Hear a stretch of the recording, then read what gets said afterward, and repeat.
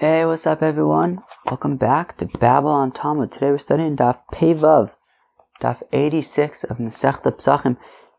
Friends, it's an interesting Daf over here. The first part of the Daf, until we get to the final Mishnah of the seventh parak of Masechta Pesachim. The first part of the Daf talks about the Kedusha of Jerusalem. Does it extend to roofs and upper stories, which is really interesting. So, of course, like, all of the Kodshim that we've been discussing, our primary interest is in the korban pesach, but there's interesting nafkaminas. You come to Yerushalayim, you bring a korban shlomim, korban toda, now you want to eat it. Can you eat it if you live in the top floor apartment? Can you eat it in your top floor apartment? Interesting shaila. And then we get to the final Mishnah of the seventh parak of Masechta Pesachim, which discusses eating the korban pesach in multiple chaburis, in multiple groups, which is interesting if you're into that. And it's exciting. We're really progressing here in Masechta Pesachim, which is pretty awesome. I mean, Daf 86 already. That's pretty significant. So exciting stuff around here at Babylon Talmud. Okay, Daf Pei Amud Beis, 3 lines from the bottom.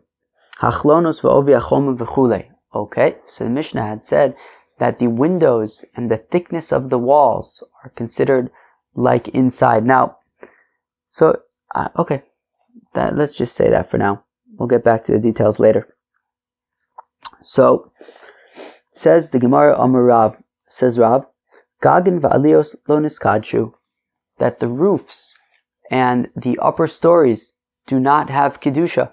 Now, this applies both to Yerushalayim and to the Azar. So, meaning, if you're a Kohen and you're eating a korban chatas, so you have to eat that in the Azar. Now, you cannot eat that, according to Rab, on the roof of the Azar, the Azar was kind of open, but let's say on the roof of the Heichal, or in an upper chamber of the Azar. That would not be allowed. Or, if you're eating your korban pesach in Yerushalayim, you got to eat it on the ground level. You can't eat it on a second floor, balcony or apartment or whatever it is.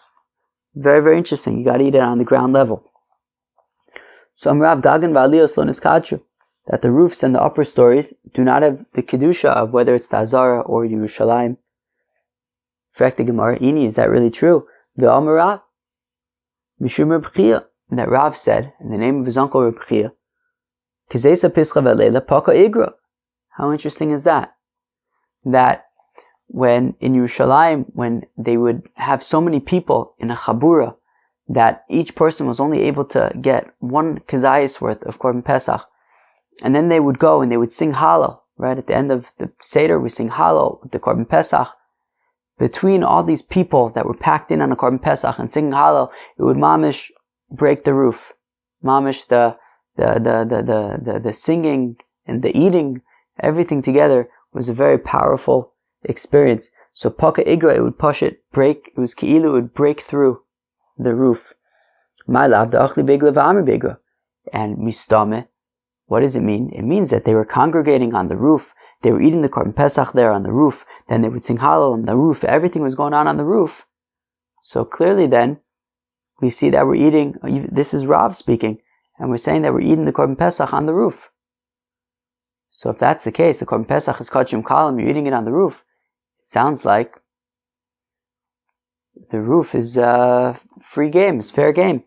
It's niskadshu, it has kedusha Yerushalayim. That's why you can eat kachim kalam, you can eat the korban pesach on the roof. Lo, dachlibar vami beigra. No. They were eating the korban pesach on the ground. On the streets of Yerushalayim. On the ground level at least. Maybe the first floor of the house, but the ground level. And then they would go up to the roof to sing Hallel. Ini, is this really true?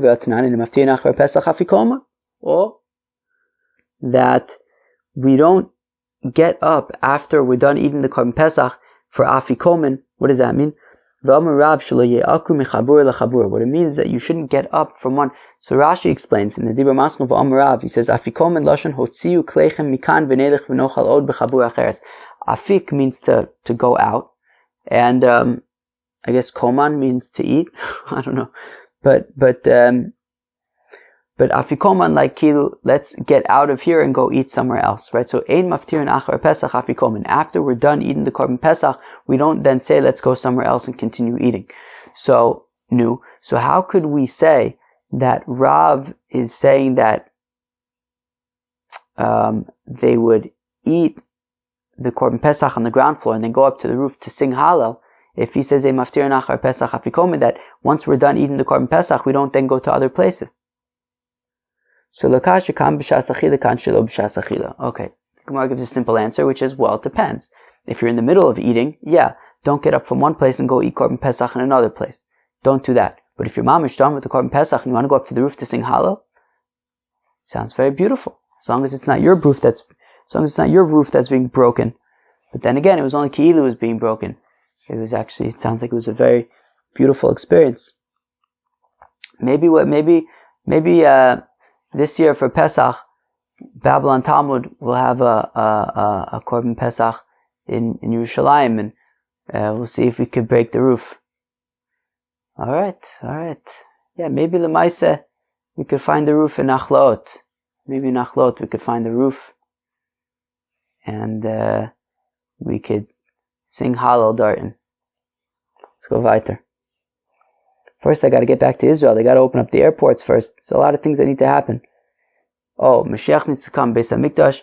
But they say there's the Gemara, Beis HaMikdash is the opinion it can just come down from the heavens. So that part could be quick. Let's go weiter. Tashma. Come in here. Abba Shaul Omer. Says the holy Abba Shaul, the holy leader of the house of Rebbe. As we learned on Daf Lamed Daled. Aliyas Beis Kodesh HaKodoshim Chamur Me Beis Kodesh HaKodoshim. That the upper levels, the upper chambers in the Kodesh HaKodashim was even more holy than the Kodesh HaKodashim itself.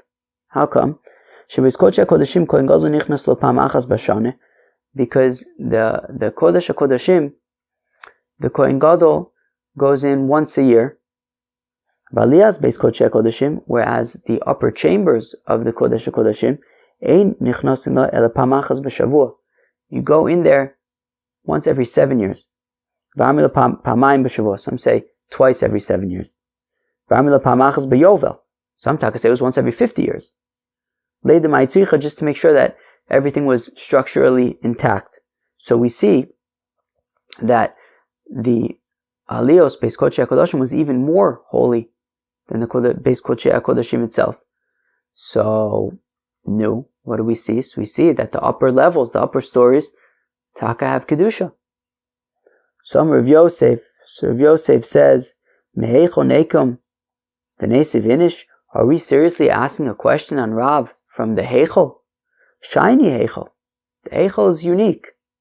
Dichsiv Aitin David L'Shlomo Beno Es Tavnis Ha'ulam Ves Batov Ves Ganzokov V'Aliyosef V'Chador V'Pnimim Ves HaKaporos. That it says that David gave his son Shlomo all of the blueprints for the Ulam, all of its chambers and things like that. And included in that is Aliyosef, its upper stories. That everything came from the Eibishter.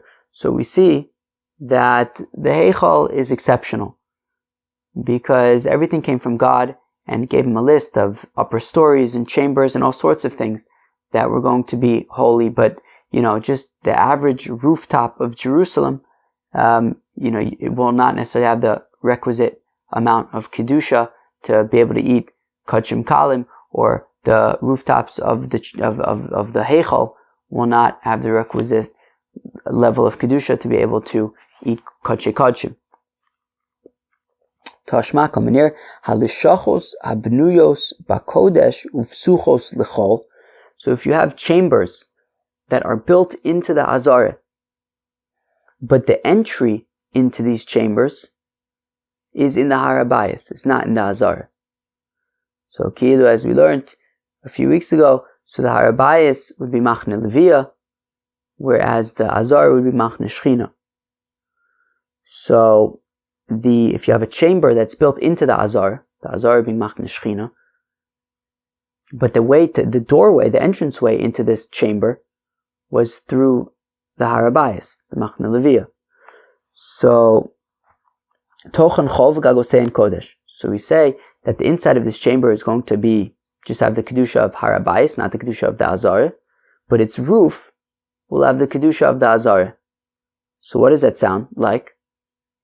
Well, you have a chamber that's built inside the azara, and its roof is above this chamber that's built inside the azara, and we're saying that it's holy. So it sounds like, just like the azara itself is holy, also any roofs that are built into the azara are also holy. So what? It's a kasha on Rav. Tirgma of Chizda, B'shigagosein Shavan the Karka Azara. Interesting. So if Chizda says that this is talking about underground chambers, and therefore the roof of the underground chamber is flush with the ground. And that is why it has the Kedusha of the Azara. Meaning you have a chamber that is basically built under the Azara, and its entranceway would be through the Harabayas. So we're saying that the chamber itself only has the Kedusha of Harabayas, not the Kedusha of the Azara, but above it, i.e. the Azara, has Kedusha Azara, obviously. But if we continue reading in that brisa, what does it say? That if you have the opposite, that you have these chambers that are built into the Harabayas, ufsuchos l'kodesh, but they're opened up into the Azara, i.e. the way that you get into these chambers is by way of the Azara. Tochen kodesh v'gagosein chol. So now it's the opposite.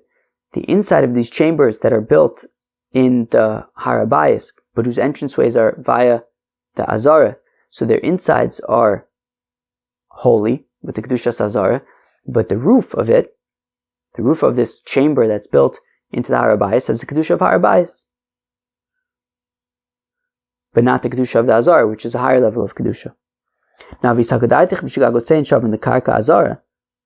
Now, if our hypothesis is indeed correct, that we're talking about chambers that are underground, and therefore we're talking about a chamber that was built underground in the Harabayas, and whose entryway is via the Azara, which means that you're basically you're at the entryway into these chambers is underground underneath the Azara. Well then, Havila Mechilos. Well then, okay, so basically you're entering in to this chamber, this underground chamber, which is under the Harabayas. You're going to be entering in from underneath the Azara. Well then, the entryway into this chamber is going to be what's called Mechilos, an underground tunnel. Now we learned the other day, in a different context, that Rabbi Yochanan says that Mechilos lo niskadshu, that the underground passageways in the Beis Hamikdash did not have Kedusha, or at least certainly not the Kedusha of the Azara. Now if that's the case, so we're saying you have these chambers, they're built with the Harabayas, the entryways into the Azara. We're saying that they have the Kedusha of the Azara. Now if we want to say that we're talking about underground chambers, well then that means that you're basically entering into this chamber via underground.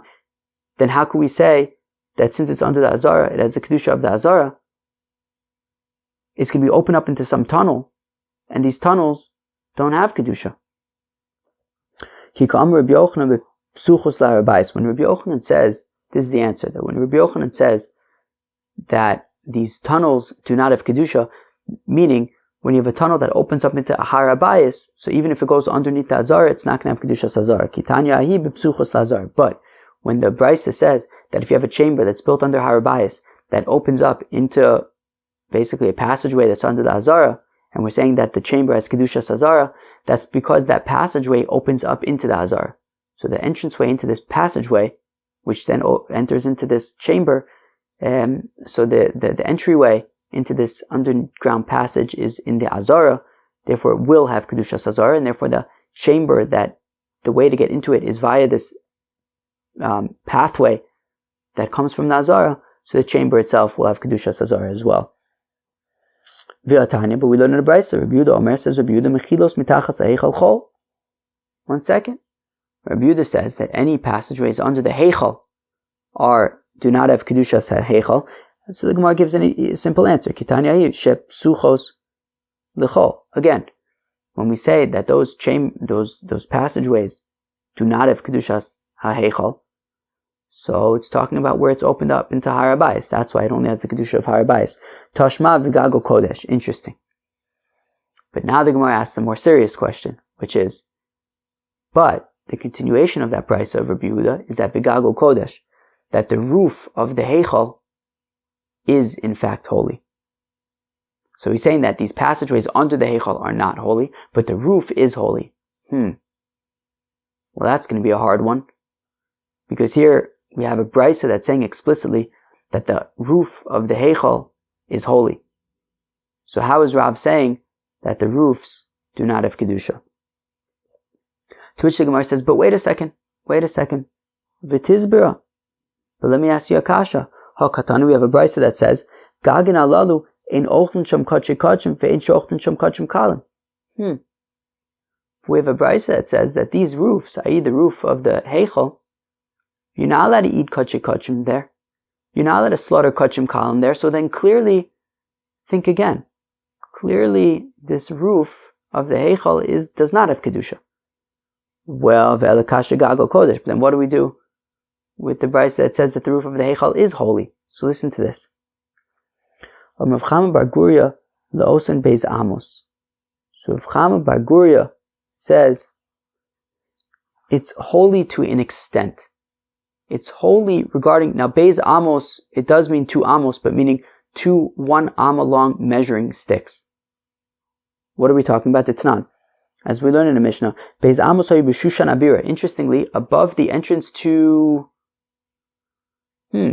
what? The Heichal? Where was this? One second. Maybe Gova Ashar. Maybe I think the Azara. I think that's what, like above Shar Nicanor, I guess. Okay. So there was this thing in the Beis Hamikdash called the Shushan Abira, that it was basically a picture, a drawing of Shushan, like from the Megillah. As Rashi says, Kadesh Yedu Meichan Bo, so that they'll know where they came from. How interesting is that? They came from Shushan, at least in the second Beis Hamikdash. To give credit to the Persian rulers who allowed them to go back to Israel. Anyways, so on either side of this Shushan Abira, of this drawing, this rendering of Shushan, so there were 2 1 amma long measuring sticks. One on the northeastern part of the Shushan Abir, one on the southeastern part. On either side of this rendering.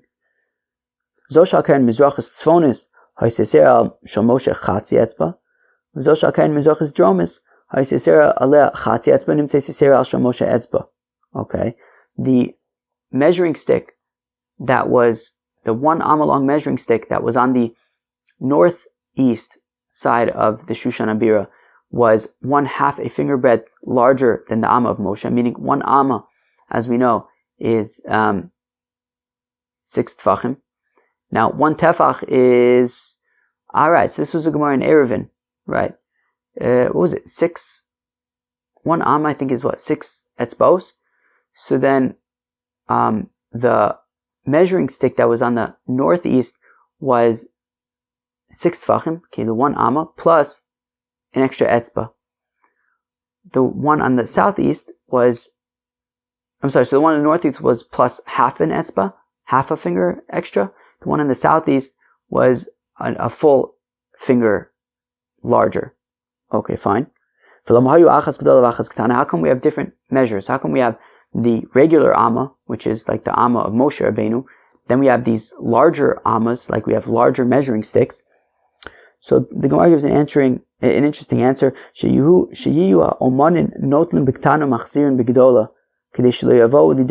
Interesting. So if you would have contractors who would get a gig in the Beis Hamikdash, right? They would get a job in the Beis Hamikdash. Now we have to be concerned about me'ila, right? What if they were contracted to build something that's supposed to be 1 amma tall, let's say, and they end up building something that's slightly under 1 amma tall, but they got paid for building something in amma tall, so it would be me'ila. They're basically taking extra money, getting benefit from the money of the Beis Hamikdash. So what they would do is, if you had a contractor who would accept a contract to build something that's 1 amma, he would use these measuring sticks that they had, which were slightly larger, either a 1/2 an etzba or an etzba, slightly larger than an amma, just to give a little bit of wiggle room, so that if they end up building something, if it ends up coming out to slightly less, it'll still be what they're being paid for, which is 1 amma. to ensure that there's no me'ilah. V'tarti l'amali, okay, fine. So that explains why we would have a larger measuring stick. But why do we need two measuring sticks? Why do we need one that is one finger breadth larger than Moshe's and one that's half a finger breadth larger? So achas l'chazba v'daiva v'achas l'vinyono. Well, the one that was half a finger breadth, i.e. slightly larger than Moshe, that was for the people who work with gold and silver. So they would use kind of just slightly larger. And for the people who work with like stone and bigger kind of things, so they would use the measuring stick that was one finger breadth. So what do we see? So the point being that when we say that the roof of the Heichel, but I guess we're saying the roof of the Heichel Davka. I don't know, we're talking about the roof in the context of the Shushan Abira.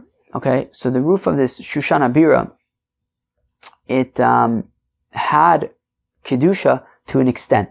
Kedusha to the fact that we would store these measuring sticks that were used in the construction in the Beis HaMikdash. That was kept there. It had that level of Kedusha, but not like a level of Kedusha that you can, eat Kachei Kachim and Sheft Kachim Kalim over there. It was kind of a lower level of Kedusha, just holy enough to be able to store like, construction materials for the Beis HaMikdash. Okay, but the opinion of Rav that roofs and upper stories in Jerusalem do not have Kedusha seems to be standing. Tanan, we learned in our Mishnah, Chalonos v'ovi achoma, the windows and the thickness of the walls, kilifnim, are considered like inside. Now, my understanding is that we're talking about the windows and the thickness of the walls of the Azara. So, for example, if you eat kachei kachim in the windows of the wall of the Azara, it would be considered like you're in the Azara, and that would be okay. So Bishlam HaChalonos, so I understand how we can argue that the windows of the walls of the Azara are like the Azara, because after all, we're saying that according to Rav, the upper stories and the roofs don't have Kedusha. And we say that it applies just like it applies to Jerusalem, it applies to the Azara. Now, a window is going to be considered like an upper story. The top of the wall is going to be considered like the roof. And yet, our Mishnah says that it's considered like inside. It has Kedusha. So how does Rav explain that? So, Bishlama Achalonis, I understand how you can explain how the windows have Kedusha Sazara. Mishkachas l'deshavi l'karka azar. Well, because the way that it would work is that you would enter into the Azar through Shar Nicanor, and then there would be like 11 Amos. That's what was called the Ezras Yisrael. That's where just like the regular people, like me, would hang out. Then there would be a few steps, I think 4 steps, that go up to a raised platform. That's where the Mizbeach was. That's what's called the Ezras Kohanim, and that's where the Kohanim would kind of do their thing. So now you can have windows in the wall surrounding the Azara that were on the same level as the upper of the platform of the Ezras Kohanim, where the Kohanim would hang out. So I understand how you can argue that the windows were level with the floor, which would therefore make it just regular Kedusha Azara.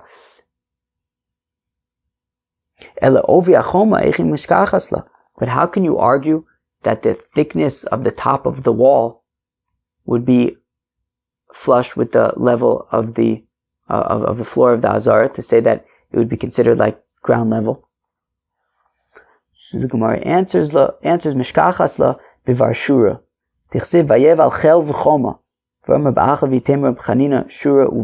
Apparently, there were 2 walls to the Azara. There was one wall, which I think it says was 40 amas tall. There was one wall that was mamash gezunta gishmake tall wall. But there was another wall that was lower. And that wall was only as tall as the Ezras Kohanim, the ground of the Ezras Kohanim. And that is the top of the wall that we're talking about, that has Kedushas Azara. But any upper stories or roofs would not have the Kedushas Azara. The window and the top of the wall that we're talking about is windows and walls that you can argue were on the same level as the floor of the Azara, where the Kohanim would do their thing. Interesting, right? And now we get to the final Mishnah of the 7th parak of Masechet Pesachim. It says in the Mishnah, Shtei chaburos shayu ochlim b'vayis echad. If you have 2 groups that are in one house, and they're both eating the same korban pesach, but separately. There's one korban pesach, there's two groups, this is a small group, this is a small group. They each, for whatever reason, want to do their own korban pesach. They got their own friends, whatever it is, but they don't have enough to eat an entire korban pesach, so they team up with another group. They say, look, we'll split the korban pesach, we'll eat in our group, you'll eat in your group, but we'll join together in one korban pesach.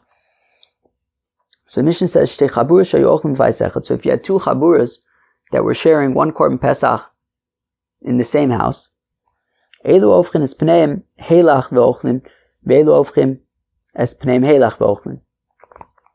so each group, they don't have to be facing each other. They don't have to come together. Group A can be hanging out with themselves. Group B can be hanging out with themselves, even though their backs are to each other. You can even have the hot water in the middle. If you have a servant, a waiter, who is waiting between, on the two groups, so you can even keep like the hot water that he's going to be using to be mixing into the wine, to be mozeg as hayayin, that we've heard a few times that their wine was a thick concentrate that they would dilute. So you can even kind of keep things in between the groups. They're separate. And if the waiter is eating with one of the groups and he gets up in order to dilute some wine for somebody in the other group, so he closes his mouth and he turns his face until he gets back to his chabura, the ochel, and eats with them. Meaning, you have a waiter who is waiting on both groups, but he's eating his korban pesach with one group. Now, you can only eat the korban pesach with one group.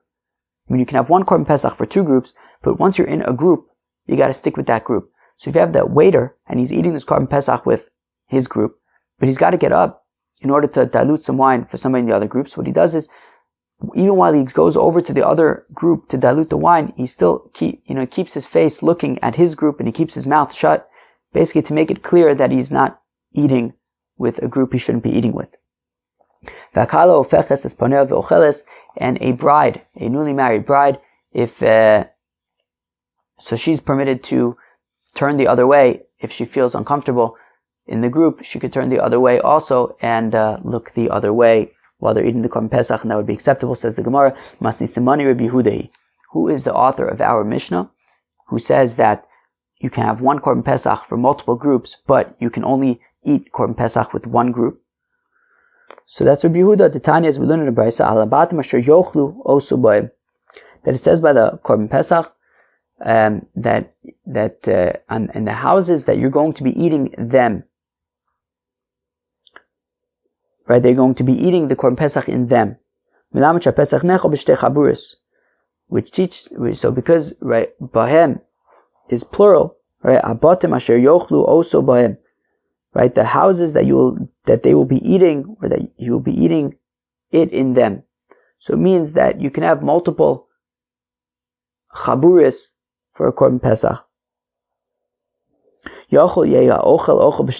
Is it possible though that, okay, so if you can have multiple chaburas on one korban pesach, can you eat with both chaburas? Can you go back and forth between them, eat with both of them? That it's eaten, the korban pesach is eaten. Okay, fine. No, sorry. Fine. The pasuk says that is eaten in one house, but as we're going to see in a few minutes, Rabbi Yehuda basically learns it as yochal. He will eat it, meaning, he, the person, one person, can only eat it in one chabura. Yeah, I'm not sure what I just said, but basically, Rabbi Yehuda holds, like, when it says b'vaisechad ye'achal, he learns out b'vaisechad yochal, meaning he, the individual, he needs to eat it by himself, b'vaisechad, he himself. So meaning, therefore, even though we said asher yochlu oso b'hem means that you can have multiple chaburas for one korban pesach, however, an individual has to choose one group and eat with that group. Okay, fine.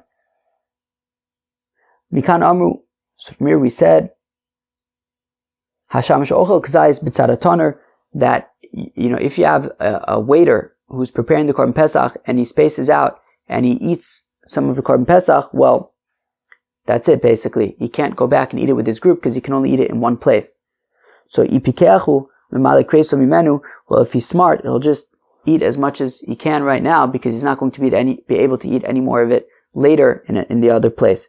Now, if the other people want to be nice, they can say, you know what, let's all just go and join the waiter over here since he can't eat and he can't eat with us in the other place. Let's all just go join him over here and eat the korban pesach with him. Okay, fine. That's Rabbi Yehuda's opinion, that you can have multiple chaburas on one korban pesach, but an individual person has to eat with only one chabura in one place. Reb Shimon Omer says, Reb Shimon has got the opposite opinion. So when the pasuk says that pasuk which is learning out like multiples, so it means that a person can eat the korban pesach in multiple places. Well, then is it possible that you can also eat it in two groups? That it needs to be eaten in one house. Meaning, whereas Rabbi Yehuda learned that out to mean yochal, he eats it, the person. Reb Shimon learns it out to be ye'achel, that it, the korban pesach, is eaten. Meaning, the korban pesach can only be eaten with one group.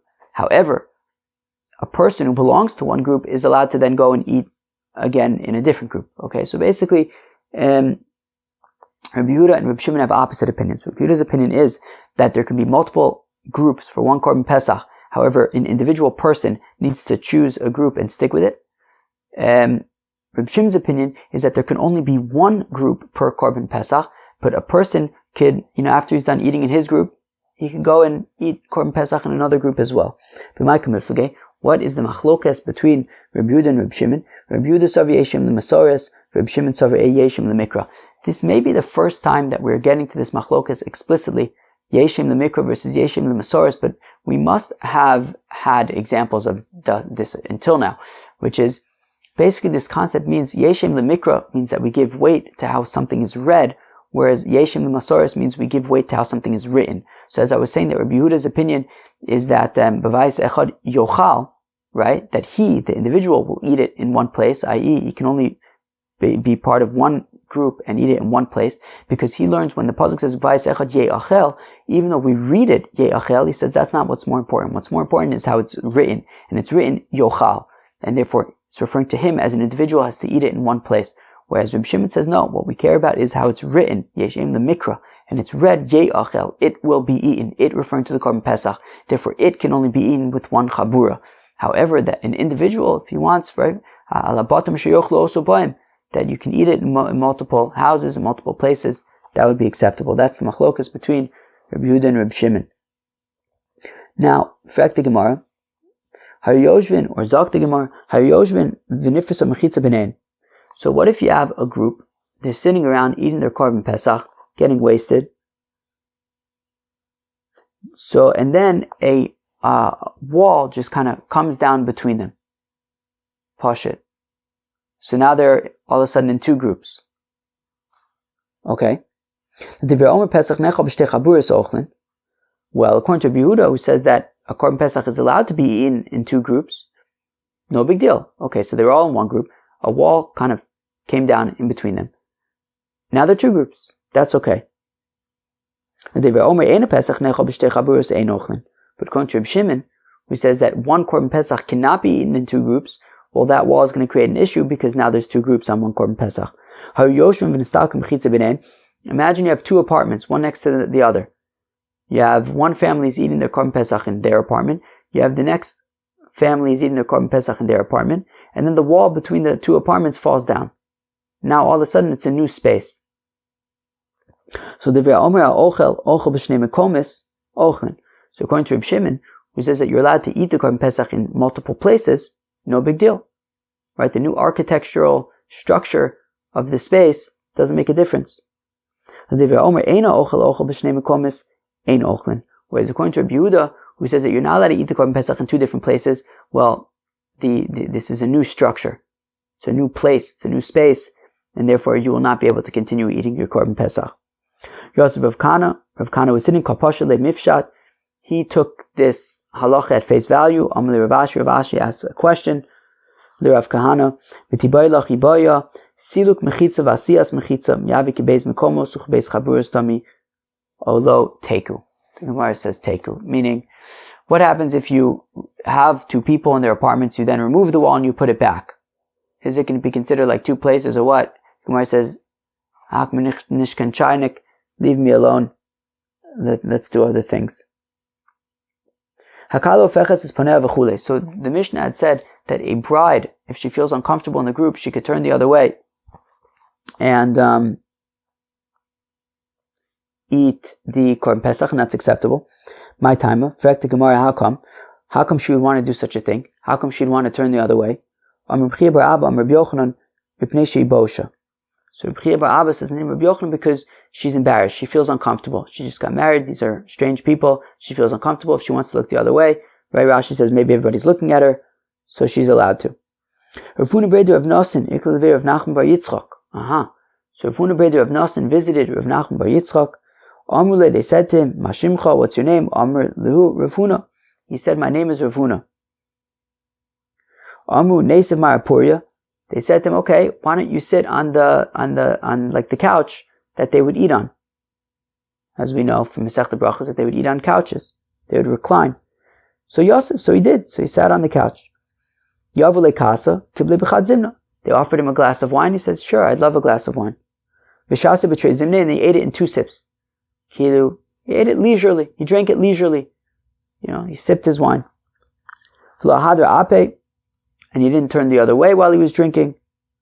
Amrule, they said to Ravuna Breder of Nosin, my time akar is lach Ravuna. How come when we asked you what your name was, you said my name is Ravuna? Amrulu Bala Shemani, he says, people always called me Ravuna.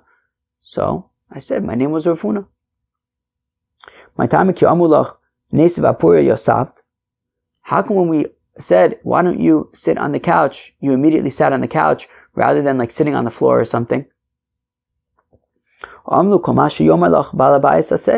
says, well, we have a minig that whatever a homeowner says to you, whatever the host says to you, do. So if you're telling me to sit on the couch, I'm going to sit on the couch. How come when we offered you a glass of wine, you immediately accepted it? You didn't say, I don't know, maybe, whatever. He said, well, you sort of refuse, I don't know if refuse is the right word, but you say I don't know, I'm not sure, maybe later, to a katan, somebody who's not so great, but to a gadol, a great person, you don't turn something down. They offer you a glass of wine, take it. My time ashtise b'trei zimne, and how come you sipped it? How come you drank it in 2 sips, not in 1?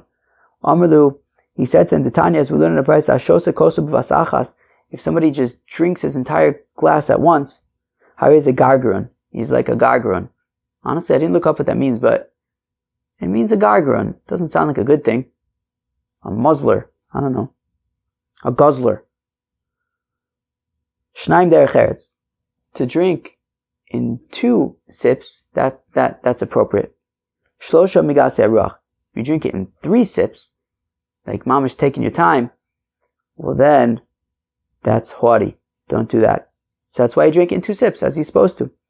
My time lo ahada apech, and how come you didn't turn away your face when you drank? Amlu kalo fechas panei tanan. He says, well, we learned in the Mishnah that a young bride turns her head, not me, not Rafuna's. Fine. So basically, Ravuna Breder of Nosin came to this place, and it sounds like he was just making himself comfortable a little bit too quickly. So they wanted to know, why did he do all of these things? And he justified why he did all of these things. Rabbi Shema Rabbi Yossi Ikla Levei Rabbi Shimon Rabbi Yossi ben Lekunya. So Rabbi Shema Rabbi Yossi visited the house of Rabbi Shimon Rabbi Yossi ben Lekunya Yavule Kasa. They gave him a glass. Kible b'chad zimna, and he accepted it in 1. He just accepted it. V'shasi b'chad zimna, and he drank it, the whole thing in 1 gulp. Amrle, they said to him, Lo sovel amar hashosa kosu b'vasachas hariz gargaron. Don't you hold that somebody who drinks his glass in 1 sip is a guzzler? Amru la'amre b'kosech katan v'yenach masug v'kresi ruchava. Yeah, but that doesn't apply over here because it was a small glass. Your wine is very sweet, and I'm a big boy. All right, fine. Ravuna, says Ravuna, So it says Rav Huna, if you have a group that they go to a restaurant together and there's a waiter over there, so the waiter doesn't have to start serving them until all of them arrive. Like he doesn't have to, serve them like one at a time. And then v'yotzen afilu be'echad, they can leave whenever they're done. They don't have to all leave at the same time. Amar Rabba v'uda'ayel be'idana d'regila l'me'al v'u'diragash b'uda'ayala. Says Rabba, but there's exceptions. Kilu, it has to be within the context and the framework, in the time frame that like people generally eat. Right? It has to be at a time that people generally come to eat, and don't come too early, don't stay too late. Kilu, as long as you're within sort of a normal context, so sure, you can leave one at a time and that's fine. But don't have like people sticking around forever. Says